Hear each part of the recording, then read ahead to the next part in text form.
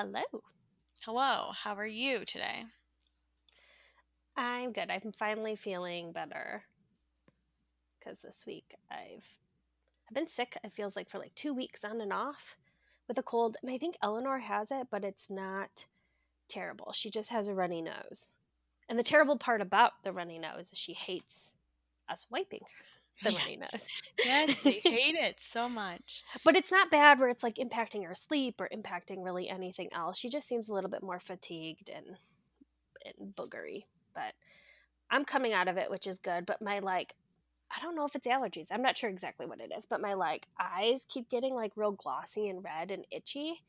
Oh, And yeah, and this, I mean, I've had a lot of allergies my whole life, but it's never affected my eyes in this way unless I was like really messing with them. So I don't know what's going on. But other than that, with the weather improving, I can really like feel myself breaking out of my winter cocoon. So I have this like renewed excitement for life that only comes when the sun's out and the days are yes. longer Yeah. and it's warmer. So I'm like feeling that. So when we get into this is when like Rob and I are really good about like spending our weekends doing things. So last weekend we took Eleanor to the aquarium and she loves animals. So any visit like this is a hit. But she loved it. We saw Pop Pop Fish, which is like one of our favorite books. Oh, We saw like a dory fish. We saw um, the clownfish and like Finding Nemo. Not that she knows. That was mostly cool for me. But the place, I don't know if you've been. It's really cute. It was a lot of fun. It maybe took like an hour to walk through, and you could take more time, and there were more interactive pieces. Like there are areas where you could have the kids touch the fish, but we didn't do that with Eleanor because she's not old enough. But it's definitely a place we can keep bringing her back because there's a lot of like kid interactive pieces, so it was a lot of fun. yeah, I've been wanting to go, and I even told Austin, I'm like, if you're bored, just take him to the aquarium. Hmm. So every other day he wakes up, he goes, we're going to the aquarium tomorrow. But like sarcastically, because he's not going to He's go. not gonna take it. And so now I feel like we have to go because we've been talking about it for months now.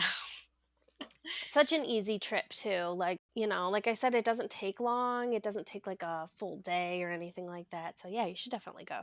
Yeah. Yeah. What about you? Well, that's fun.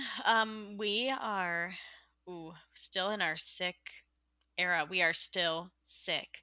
We Really? like make it through 2 full days, keeping food down. We just are not ourselves. Like he literally is like he's a very smiley, happy, like always doing something baby, and like he's just kind of like there, like.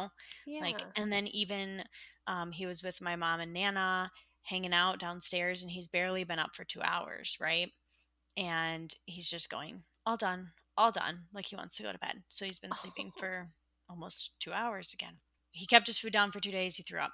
Kept his food down for 2 days, he threw up. Like I can't, like I feel it's You don't like, think it's anything more serious, right? You're pretty confident it's just like, yeah, I think it's like the drainage still, because it's like it gets to a point where it's just so much has been going down, that's when he throws up, like usually at the end of the day. And he like inhaled his food so fast yesterday and like had some milk on top of that like I feel like maybe he ate too fast and it just kind of mm. all came up. But So I he was still just has like, his appetite. It's just yeah. And yeah, I no don't fever. I don't know, because he got another fever today, so I don't know. Like, Jeez. I feel, but it was, like, a very mild fever, and so then I'm like, "Is he teething?" Because he keeps, like, chewing on Right? Yeah. things, like Hmm. his finger. So I'm like, "I don't even know. I don't even know." Yeah. It's just a whole level of mom guilt after starting daycare that I'm just like, "Why am I doing this to myself?" Yeah, and it's so hard when they get sick too because it's not like they can speak to you and say this is what I'm feeling exactly. So you're just trying to like guess where all these symptoms are coming from. Like, is it a cold? Is it teething? Is it, I don't know, allergies? So like the whole time you go down the list and you're like, should I be concerned? Is this more serious or is this just normal? Yeah. Yeah. No, I have no idea.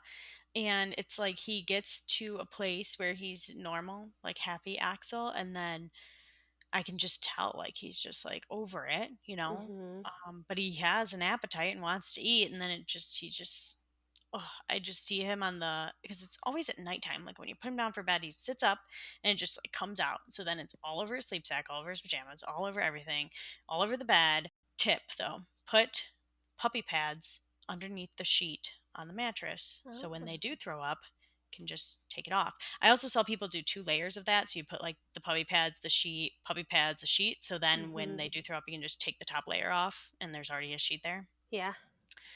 Um, Interesting. I like so that. yeah, but that's that's where we're at, and I am just beyond over it, beyond Mhm. over it. Yeah, I'm sure you have to be exhausted to, like, have to do that. But Yes. poor baby. So so yeah, that's my week. Well, hopefully he gets out of it soon. So he hasn't been back to daycare, I'm guessing.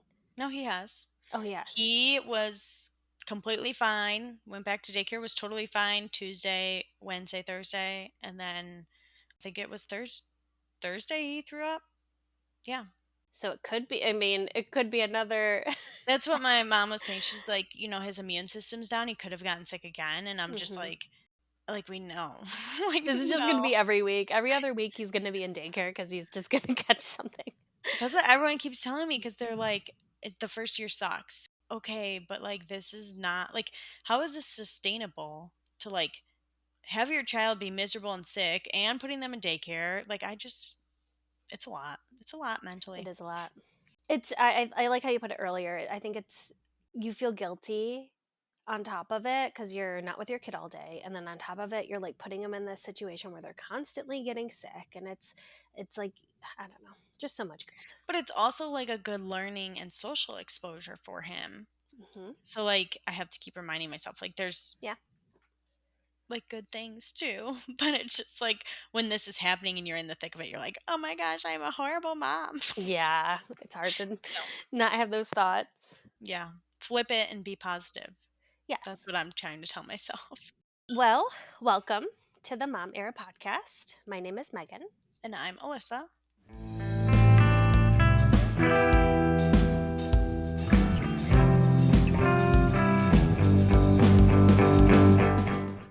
Today, we're tackling a topic that impacts every person, every family. It's the fun topic of finances and budgeting. We know firsthand how managing money can be both empowering, it can be stressful. You know, you're budgeting not only to just live day to day, but for essentials, for planning for the future, planning for vacations, things you want to do. So there's really so much to consider. We are not just talking like spreadsheets and numbers, but finances tie deeply into our values, our priorities, and even the dreams that we have for our families. So, whether you're budgeting and you're awesome at it, or you're just starting to take control of your finances, in this episode, we're going to be sharing personal experiences and insights on navigating finances as mothers. That's right. So maybe the first thing we can kind of do is talk about our experiences in the finance world, because I think we have very different ways of approaching finances. So, first, I want to preface my experiences with finances with the fact that, I'm extremely privileged to be in the position that I'm in. Although it took me quite a long time, at least it feels like it took me quite a long time to earn enough to live comfortably on my own. I did have the material support of my parents for a very long time. They allowed me to live at their house rent free on and off into my late 20s. I was able to obtain not only my bachelor's, but my master's without wondering if my material needs were met. So I wasn't wondering if I was going to eat, if I had housing, which really allowed me to focus on my education and career and being able to get myself to a point where I could move out. Because I think growing up in our generation, it was much different than our parents. Education was way more expensive. Jobs were paying way less out of college. I actually had to take a pay cut from like my high school job where I managed, where I worked there for 9 years and I was managing, but it was still like customer service to like the corporate life. I had to take a pay cut to essentially be able to enter that world. So although it did take me a while, and I just can attribute my success not only to myself but the people around me that helped me, which I think is like paramount to be able to make enough to live. I know there's a lot of people out there who haven't been as privileged as me and have been able to make money and live, but I do attribute a lot of my success to being able to have that comfortably. Even before I was pregnant, Rob and I knew we wanted to keep Eleanor and any future kids home with us if financially we could make it happen. So we had to make some compromises to make this a reality. For example, we only have one car. We don't spend as much as we used to on personal wants items. We probably won't be able to move into a larger home, even though I want to so bad. Just not even a larger home. I just want to move into a non tri level home. Yeah. But I won't be able to make those moves for a while due to the lifestyle that we want to live with one income. We are strict with our budgets, but we're also flexible. So we try to live and experience life as much as we can, which does cost money, without overspending or relying on credit cards. But the reality is, we are foregoing Rob's income and any future potential earnings to be able to do this. And we'll talk more about like core values and this, but this was like a big one for us. So that's kind of our experiences and how we just like high level approach finances. We're essentially just trying to live our best lives without going into debt, major debt.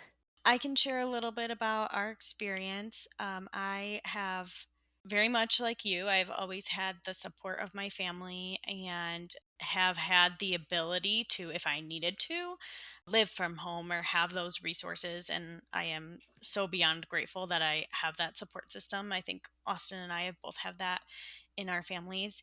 However, I mean, literally right out of high school into college, I was just a working machine. I feel like I had two jobs pretty much all throughout my college career.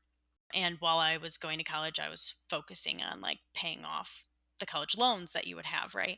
And I was trying to get it done as fast as I could. So while I was doing all of that, I did have the support from my parents so that I could focus on getting into a good spot career wise, similar to Megan's situation. I moved out a little bit earlier and just kind of went on my own. So when I did that, it was a lot more focus, just on me. But right after I graduated, I was able to get into a good paying job immediately. Again, not like I was making crazy amounts of money right out of college, but it was a good paying starter level, entry level job. And from there, my career is just kind of taken off. The focus early on for Austin and I was just to get our careers in a really good spot. And we started through a process through Dave Ramsey. It's kind of like the baby steps. So we've been going through that entire baby step process for a while now.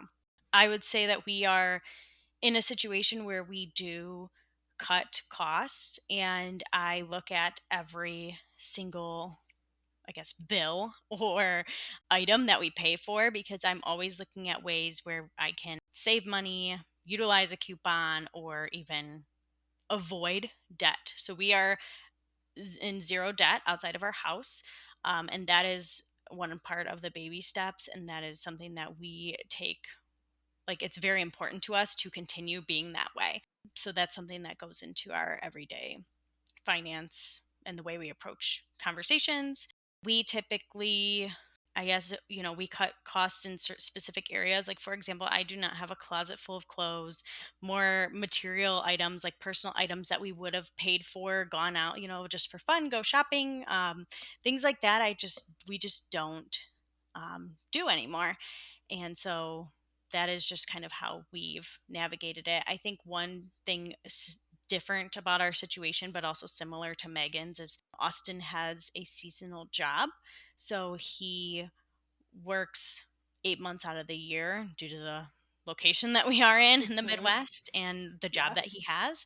So he's able to be home during that time, but that does put the sole ownership on me from an income perspective during those 4 to 5 months that he's off. So we do technically have to kind of budget and think year round as opposed to just thinking from paycheck to paycheck. So I think from an experience perspective, we're similar, but we're also different. I think you following kind of the Dave Ramsey, I don't know if you call it a lifestyle, feels like a lifestyle for you. yeah. Yeah, it's Where like a mhm. process lifestyle. Yeah. Yeah, and that makes you feel financially free and comfortable, whereas we are less, I don't want to say intense. I don't want to say you're like super intense about it, but I would just say we're less focused on Mm, that, yeah. but also are trying to be debt free. Like we're very conscious about what we're putting our money into, but I'm also like not trying to pay things down quicker than the mortgages I'm taking out or the car Yeah. loans I'm taking out, Yeah. things like that. While you're like still trying to live life kind of. Exactly. Yeah. Yes. Yeah. Yeah. Or else we wouldn't be able to do those things as a one income family. Yeah. Well, let's talk a little. I think we kind of touched on this a little bit, but to help understand how we use strategies in finance and budgeting, I think it's good to kind of maybe touch on a little bit of our core values. So I kind of said this before, but a big core value of ours is keeping our children home with us for the formative years of their life and possibly beyond, depending on what that looks like in the future. I also think a sense of security is huge. So it's important for us as a family, especially me with one income, just knowing I have enough to cover a potential big required expense. So, a car repair, house repair, medical, or if something were to happen to my job, I ideally have 3 months' bills saved in my savings. I have a lot of anxiety about finances. I'm not exactly like sure where that came from, but I do have a lot of anxiety about like, are we going to be fine in the future? Are we going to be fine if something does happen to us? So, like, saving is a big part. I never want to like drop below that 3 month bill within my savings. Another core value would be to contribute to my retirement. I want to be able to retire someday, but also like I can't max out my retirement every year as a one income family. So just finding strategic ways to make sure that we have enough retirement by the time we retire. So right now I put 10% in, but I also contribute to like a Fidelity account that's not retirement that we could essentially use for anything, but it acts as like a stocks account. And then my last core value is really to like enjoy life. So traveling, that's a big thing. With all within reason and within our means. So I kind of touched on a few things I already talked about in my experience, but these are like always in the back of my head. So when we're making financial decisions, like it's coming from a place of like, those are our values, and this is why we're making that decision. Yeah. No, it makes sense. Austin and I did this exercise where we wrote out our like core values and then we aligned them to kind of see like how similar they were, like because we Oh, I didn't like that. Yeah. yeah, like we didn't show each other until after we were done. Mm-hmm. So we wrote out our core values and it was almost scary how similar they were. Like maybe one or two off. Yeah. And so like looking at those, like thinking about that's how we approach our finances and budget. Like we want to create the best life we can for our children, right? We want to pay off our house.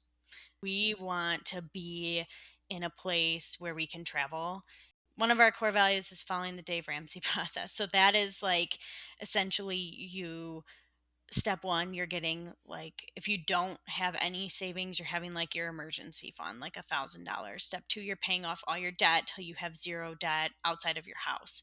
Step three, you're saving 3 to 6 months of expenses fully, similar to like what Megan was saying, and so that if you something did happen, you have that. Step four is 15% into retirement minimum. 4, 5, and 6 are like contributing 15% to income. They are saving for children's education and then paying off your house. 6 is paying off your house, 5 is the children's income. Anyway, so that's like those tend to happen simultaneously. And then step 7 is like live, give, and save. That's kind of like the process that we follow. And so a few more core values is just I have a strong faith, I guess I should say that. And so it's a focus to me to be able to give back to other people. And then Austin has very much like hobbies, and then I have things that we want to do in terms of like with our kids having space, having land, and like just growing things on our own, like food wise or having chickens and things like that. So I think all of those values just kind of go into how we make financial decisions. I think we keep coming back to that. So when we do have concerns about like a job or if we make a change in our personal life, we tend to go back to that and just rediscuss like what's going to be the best next step for us in the future. Yeah, it's interesting because like I feel like we are very different because I kind of talked about this earlier. Like you guys are really focusing on like this future financial freedom, Hmm. which is like great, and you're following this path to get there that's set out by this person who has expertise in their own right. Whereas like obviously I want financial freedom, but I sometimes wonder if it's better to put additional money into like stocks or things like that, right? Instead of maybe paying off a house asset, because you put maybe $10,000 into stocks versus like a house, that 10,000 would grow, whereas like your house may not grow as much. And there's risks with both of them. And yeah, I don't know, I just think it's just like a way that we are very different on how we approach this and our values. Yeah, and I think it gives like a very good insight into different ways that people can do Hmm. this, but also still be, financially free or have Yeah. peace in financial peace. I wanted to go back because I was having like a total brain moment, but I wanted to talk about financial security and how you had talked about that, because you made some good points about that, like anxiety and security piece. And I think that is a lot. Not like I'm trying to gender focus it, but Hmm. a lot of women feel that Yeah. way.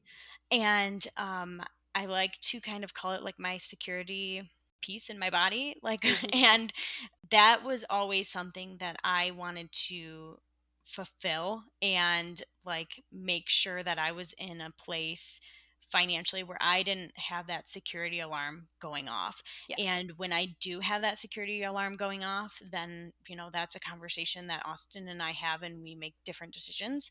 But since following this process or getting to a point that we're at right now, that is just not a concern for me as much anymore. And it also opens up different ways that you wouldn't like, you don't feel anxiety, right? Like, if I didn't need my job, there's a way I could find a different job, right? If I Right. didn't want my job.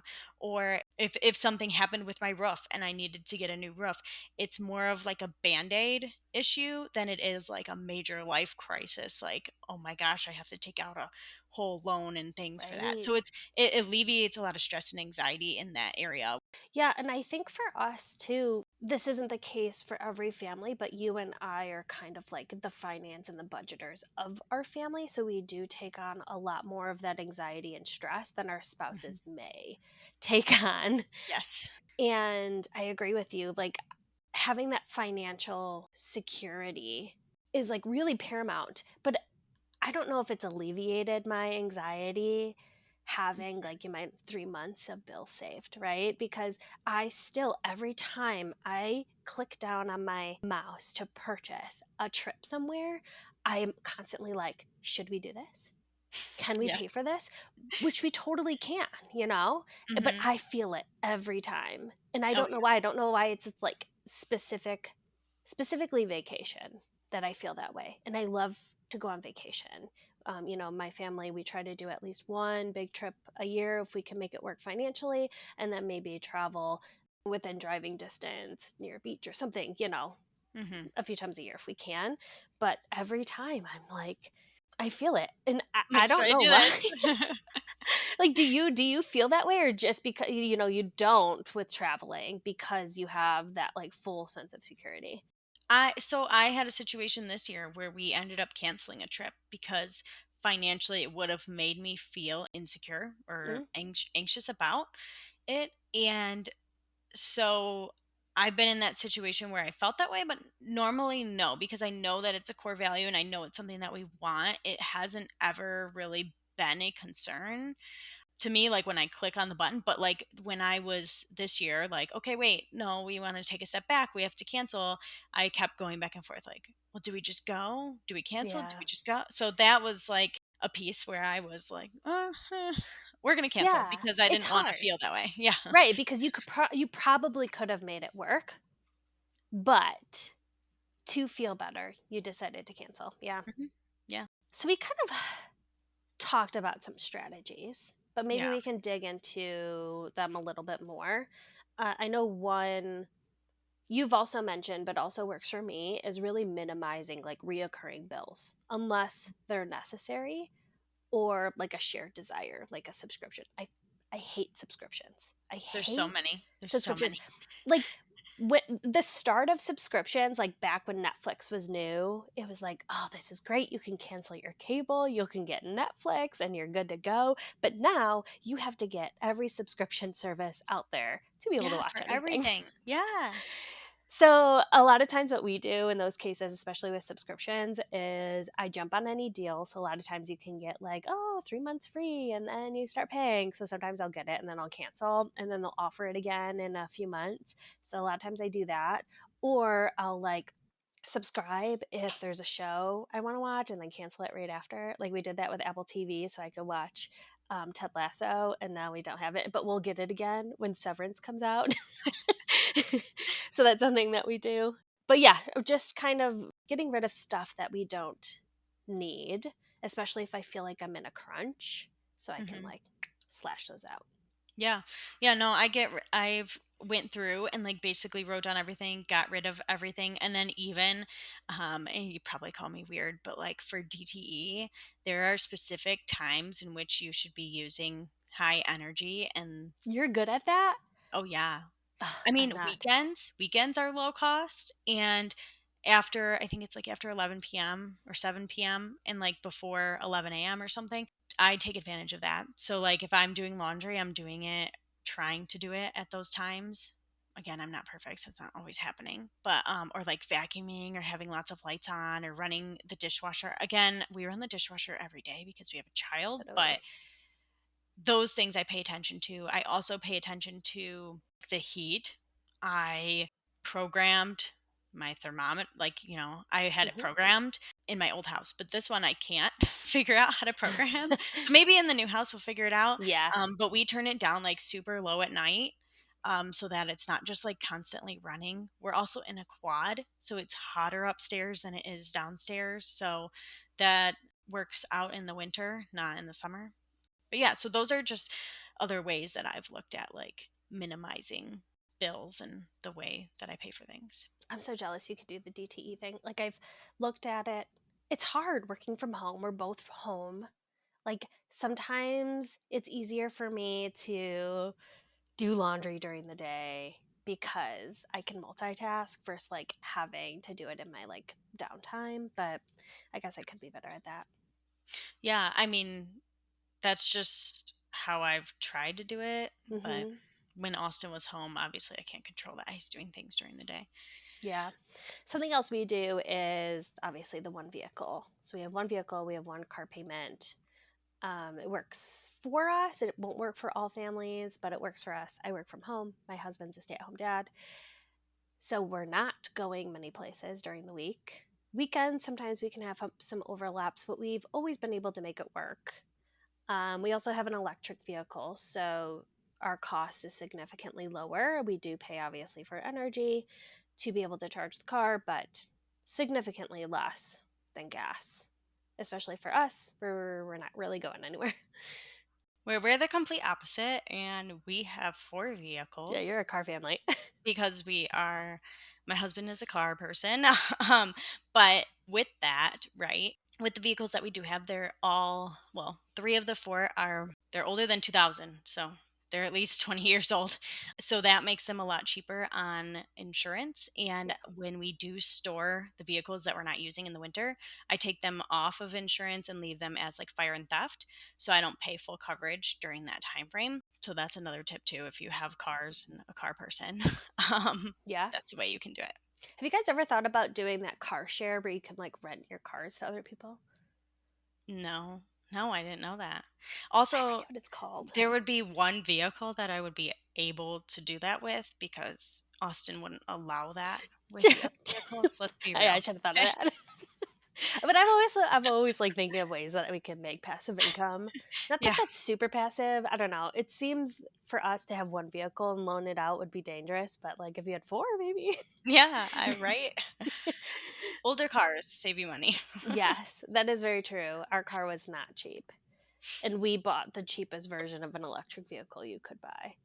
Let's see, another one that generally works for me is having multiple bank accounts and assigning uh, a role to those bank accounts. So we have one for savings, we have one for spending, we have one for bills. We haven't done it yet, but we've talked about like, oh, hey, this is something we want in the future.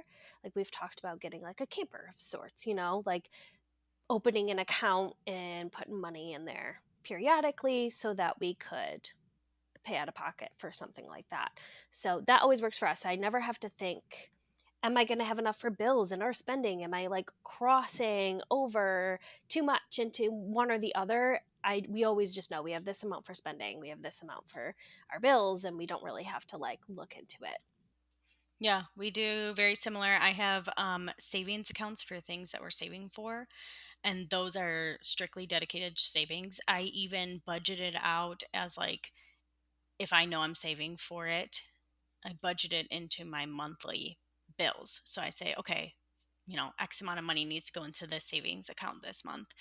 I created an Axel, a bank account just in my name so Nice. that Yeah. I can save for things for him or money that we do get from other people so I can use it to spend things on him. And so yeah, really like outlining those different budgeting ways that we do it has been helpful in the different accounts. And you might think this is controversial, I don't know.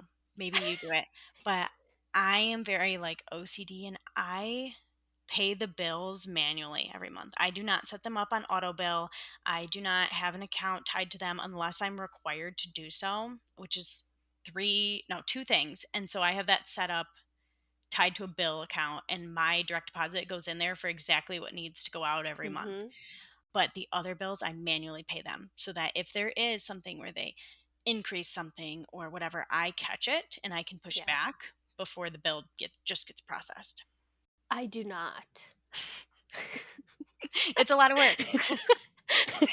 I just like think about myself. Like the way I have my spreadsheets listed out is I have all my reoccurring bills throughout the month, throughout the year, I should say, for every pay period, and it's split by pay period.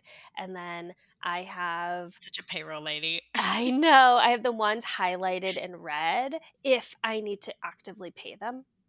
Okay. And so once I pay them, I turn them a different color, and so I could see. But I do check back on my bank account at the end of the month to see what they took out. Hmm. But I don't actively pay because that would be whew. Oh yeah, no, I do. And I will mark down the day that I paid it too.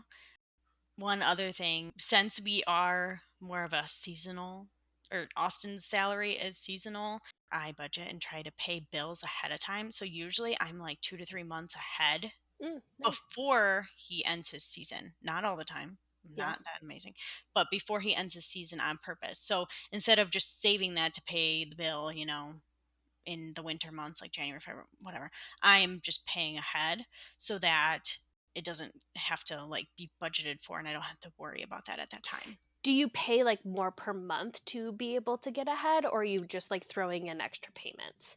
One of the things that I do this with, and probably the main one, is the mortgage, because it's the biggest bill, right? So Right. I usually just pay the next payment. It allows you to do an extra payment and it says, okay, now your payment's due the next month. If you have a seasonal type job like that and you're able to pay ahead on the mortgage specifically, and then the other bills are a lot smaller, so you don't have to budget as much for them. Yeah, that makes Yeah. sense. There's two more I want to hit on before we move Yeah, yeah, yeah. Go ahead. next. Buying used. I'm not very good at this. I should be better at this, but like I wish I would have done a little bit more of secondhand baby items. I know you've gotten a Mhm. bit. I mean, Oh, I've yeah. gotten stuff from family, but I think I could have gone to those like baby, I don't even know what you would call them, like secondhand Mom to baby mom stores. sales, Yeah. but it's all on Facebook Marketplace. It's the place to be. Yeah. Buy nothing groups. They have those. Yeah, yeah, I forgot Um, those. clothes. We were lucky enough to basically get handed down a full year of clothes for Eleanor from Isley. So that was like very, very, very helpful. Clothes is not cheap, but getting baby clothes secondhand. And then the second thing I would put out there is something we do, not super often, but we do it where if we want to buy like a large purchase. So, for example, we bought a dishwasher last year, we would put on a zero interest credit card and then we obviously have the cash to cover it, but we can just like pay that off without having to pay interest on it and always pay it. Instead of taking it out up front. Yeah, yeah. Yeah, because it's not really like hitting our savings. I hate hitting our savings, even though we have it, and that's why it's there. For some reason, like in my head, hitting my savings like that always gives me anxiety. So, like being able to put it on a zero interest credit card and pay over 18 months or whatever it is, like it doesn't feel like it impacts me as much. That's just a strategy I use for my anxiety. But again, I could just pay it off if I wanted to, but that was just another one I thought of. Yeah, yeah. And I just thought of one while you were talking too. I so normally when you get your like car insurance and your homeowners insurance every year like renews and Hmm. usually it goes up by some. I always question that because it's based off of your credit score. If you didn't know that, I it's did not. car insurance is based off your credit score. And so if your credit score has gone up, usually it can lower your insurance rate. So I think ours had gone up by $20 last year and I was like, "Hey, like why did it go up $20? I don't we didn't change anything." And she looked at it and it actually like ended up going down $20. So that is just another thing you can ask too for them to rerun your insurance. So, I tried to do that with car insurance this year because I don't know if you got hit with that, but like car insurance increased like 25% across the board basically for no, uh no, mine went down. yours That's went what I down? just did it this year. Yeah, that's when I questioned it and she Because I lowered it. questioned my representative and they said, nope, you're still at the best rate. Like they just got hit. Everybody's is going up, is what they told me. They lied to me. Mm-mm-mm. Mm. Because Well, it I went don't know. up a decent That could have amount. been some specific thing for us, but ours restarts in December, so she did it in December for this year. Okay, ours does April, so it might hit you then. I don't know. You should let me know Next December. if it Yeah, yeah, does. Yeah. maybe. The next thing maybe we could talk about is just like managing the increasing cost of living. This is so real. Mhm. Like groceries. And so, for us, I wouldn't necessarily say I have a huge tip on this, but we just try to be more crafty about spending. I know you used to be, I don't know if you still are, you did all your couponing and that could be Mhm. a strategy, but that is time consuming. Yeah, we generally just have to be a little bit more conscientious about like what we're buying and meal planning and really kind of mapping out what we need in the house versus like just going to the grocery store and purchasing like what we want at the time, which was our strategy, has always been our strategy. So we kind of have to like revamp that. Yeah. We are very much a buy for the week or 2 week family, and Hmm. that's going to have to change because we're moving to the country and it's not like we have a grocery store right around the corner. Yep. So that will be changing, but yes, from a couponing perspective, there's a lot of like personal hygiene things like toothpaste, you can always get that for free. TikTok, a video, and someone will show you CVS. There's like usually a coupon. You can buy three, get $4 back, and then there's like a $6 or $7 off three. It's like it evens out, and then you get like $4 back to spend on something else. So toothpaste is always one you can find good deals on. Toothbrush, mouthwash, tampons, pads, even toilet paper. There's some really good deals on toilet paper, but just using like the digital coupons on the CVS app, you can get like the extra care bucks and you can use that then when you go to make a purchase for something else. So let's say you actually need a hairbrush, then you could use the $10 off the hairbrush. So that was helpful. There's also something at Dollar General, and usually you get a lot of like laundry products or like razors or personal care items, toothbrush, toothpaste, things like that. Where every Saturday they have like a $5 off 25 coupon, Ooh. and you can use the app, and basically you take items and you add it up to 25, but you take an item that has like a significant coupon. So if the item's like $2 and it's a $1 off coupon, you're going to use that item. And then once you hit $25 and you have a coupon for every item you have, you're paying probably like less than $10 out of pocket, and you get all of that. So that's usually how I would approach Nice. it with like things that we needed, personal care, hygiene. It got to the point where I have an overflow.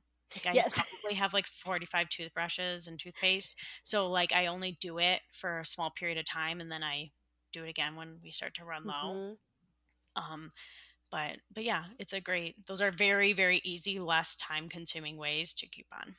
I like that. I remember you when you were like really deep in it, and I wanted to be that way. I don't know why. It's I just don't like leaving my house, and like that But it's a requires you nice to little go. getaway. Like, I know. because I would just run to CVS for like an hour Hmm. at night, right? And I would just Yeah. go do that all. It was like, okay, I got my me time, I got Yeah. couponing, I got a good deal, and I you like just that feel though. like excited. Yeah. A lot of the coupons that you can use at like grocery stores, a lot of them have apps. You can scan the items. Hmm. So there's always usually a coupon. And sometimes the stores, if you continue shopping with them, they tailor the coupons to you and they give you like customer coupons, right? Oh So yeah. I always get like cheese. So there's always a cheese coupon, or like I get free tortilla chips.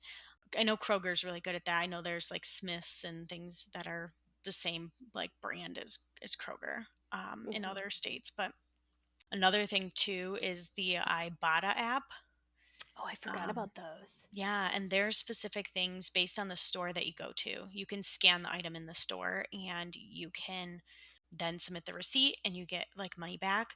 Once you hit $20, you can deposit that into your bank account. I just hit $20 the other day. Woohoo. Ooh. And I don't even really actively coupon that much anymore, but that's just because I did it a lot this past summer.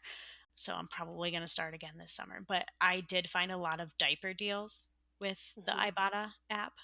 Yeah. So that is a thing you can do.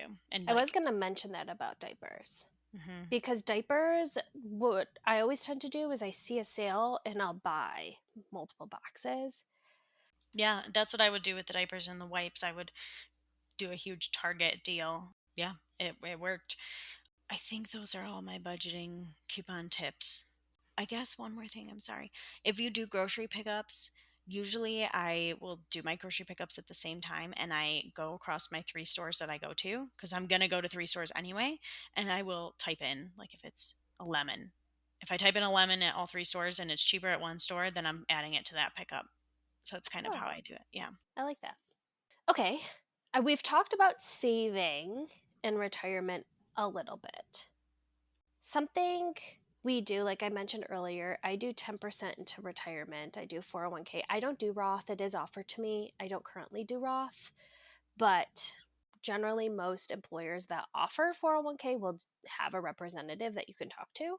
So I have talked to somebody about my personal circumstance, and they have concluded that the tax benefit that I'm receiving right now is best in terms of like my income, my family situation, but down the line I could probably put more into a Hmm. Roth. So we just want to maybe get a second opinion or research it yourself to see what's best for your family at the time.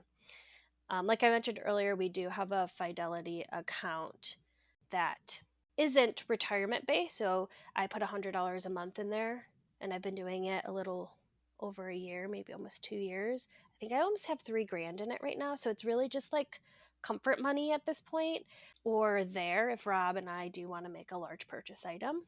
I've thought about opening up some type of education tax free account for Eleanor. I haven't researched it a ton and I haven't determined if the education one is the one I want to do because I know there are tax benefits to it, but I haven't fully decided. But I do plan on opening something for her and putting a small amount in each paycheck each month.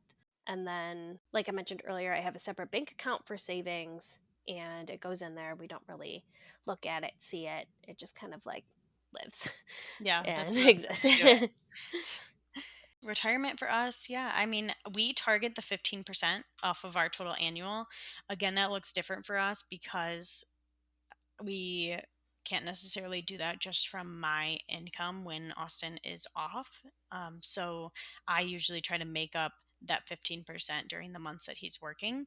And if you don't have a situation where both people have the ability to contribute to a 401k, or you can always open like a personal IRA account with, for example, Fidelity, like Megan said, or another vendor, Broker, yeah. and have that like contribute it after tax, after your paycheck each month too.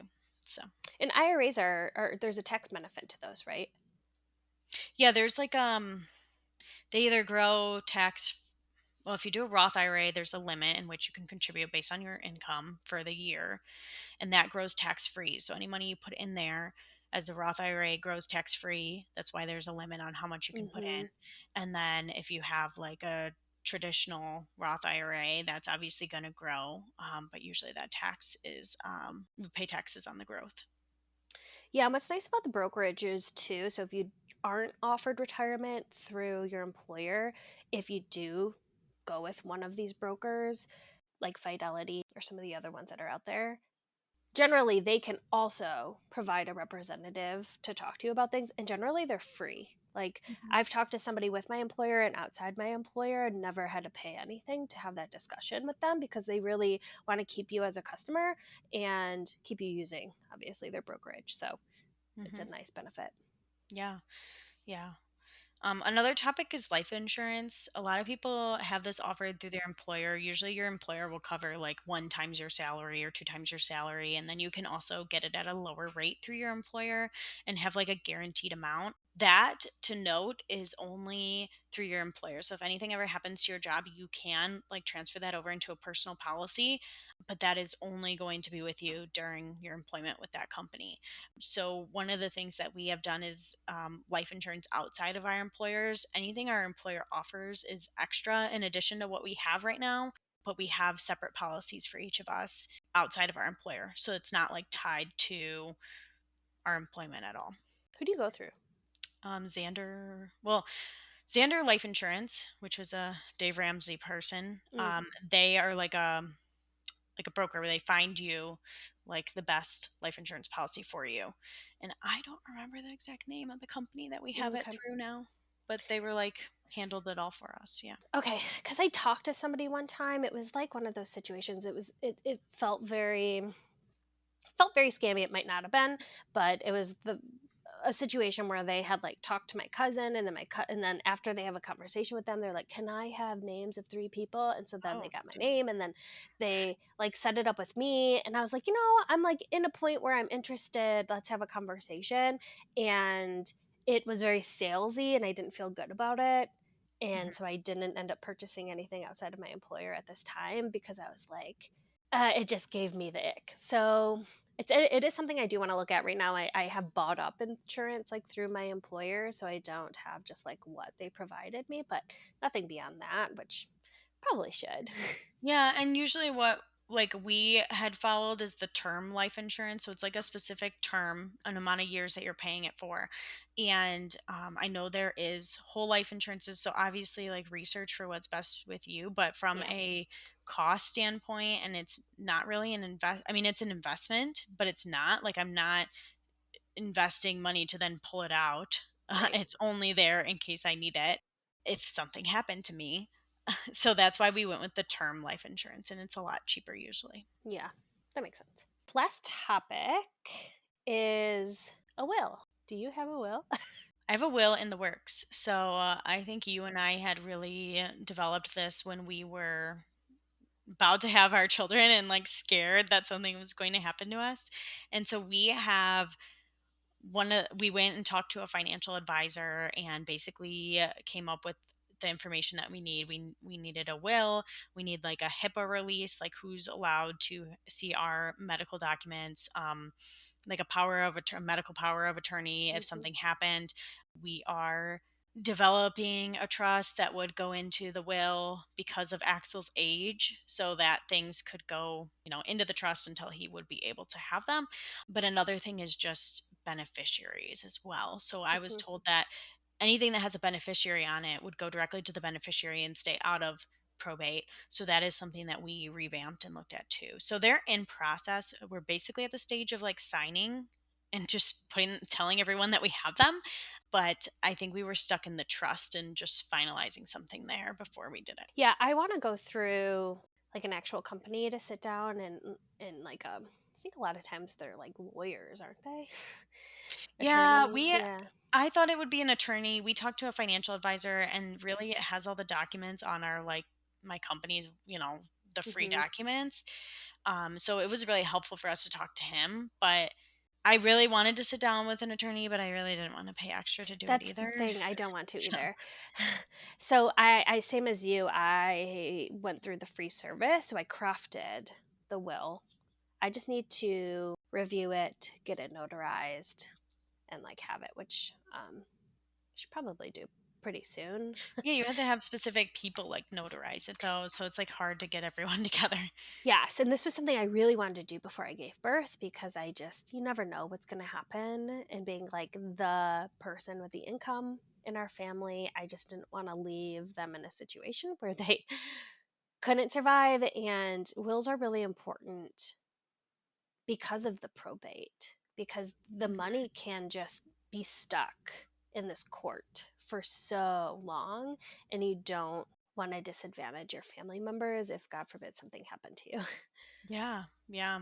The will is so important. And really, honestly, if you just had a written document and you signed it at your house and someone found it, that would probably be considered a will too. Yeah, probably. Unless they found something that was like notarized and more recent. So it's always important that you have something. Yeah, but I think that's most of our potential topics and well, potential topics, our topics that we're talking about. I hope it helps people to kind of revamp and look at their budgeting and finances and get into a spot where they can be a little bit more financially free, especially in this economy and inflation and everything that's going on. So, Yeah, Godspeed to everybody living mhm. right now. What mom era are you in this week? Ooh, I'm in my vacationing planning mom era. Ooh, when are you guys planning to go on vacation? So I know some people are like, why are adults like this? But me and Rob, we love Disney. I am not a Disney I person. know. So you're one of those that are like, why would people like that? Yeah. But Rob and I were discussing, and I saw this deal on Disney where you could get like a certain amount of days within the parks for a cheaper price. Hmm. And so we were like, "Oh, we should just do it." So we purchased that. So we're gonna go in September Oh, that'll be good. to Disney World. Yeah, again. I'm Yeah. excited. We have a planned vacation coming up at the end of April. So I am just so freaking excited for this. Ooh, ooh, Oh, ooh, ooh. so we're just going with my family as a group. So that'll be fun Yeah. in warm weather. But I am in my matron of honor mom era this week. So I am a matron of honor for my sister's wedding that's coming up this August. So we are in full on wedding planning mode, planning the bachelorette party, planning the wedding shower, planning the wedding because it is a destination wedding. Lots going into it and lots of work. So I am outside of my, daily mom life, planning a wedding too. It's just like, whoa, You I'm have gonna so blink much and it's going gonna be on. August. I know. Like, think about moving, thinking about Work, planning. daycare, Yes, daycare, your kid being sick, and also having going your back to sister work. this. I'm like ready to pull my hair out, but we're doing it. We are doing it. So We are surviving. We're doing more than surviving. We're surviving with a smile. yes. And we are being positive because if I'm not, I will not get through these next couple months. So But it's getting nice out, so we're feeling better in general. we're out of the winter cocoon, as you said. The winter cocoon, yes. Oh god, I hate the winter cocoon. Yeah, so that's it. And thank you for joining us this week on the Mom Era podcast. We would love to hear about your tips and tricks for budgeting and things that you do that works for you and your family. We're always open to new finance and budgeting things. You can email us at the mom era at momerapodcast@gmail.com, or you can find us on social media, momera_podcast, and message us in our DMs. Yeah, follow us on Instagram. Yeah. Follow? Yes. Follow us on Instagram. Why was that so hard for me to say? Okay. Well, thanks for joining. We'll see you later. Bye.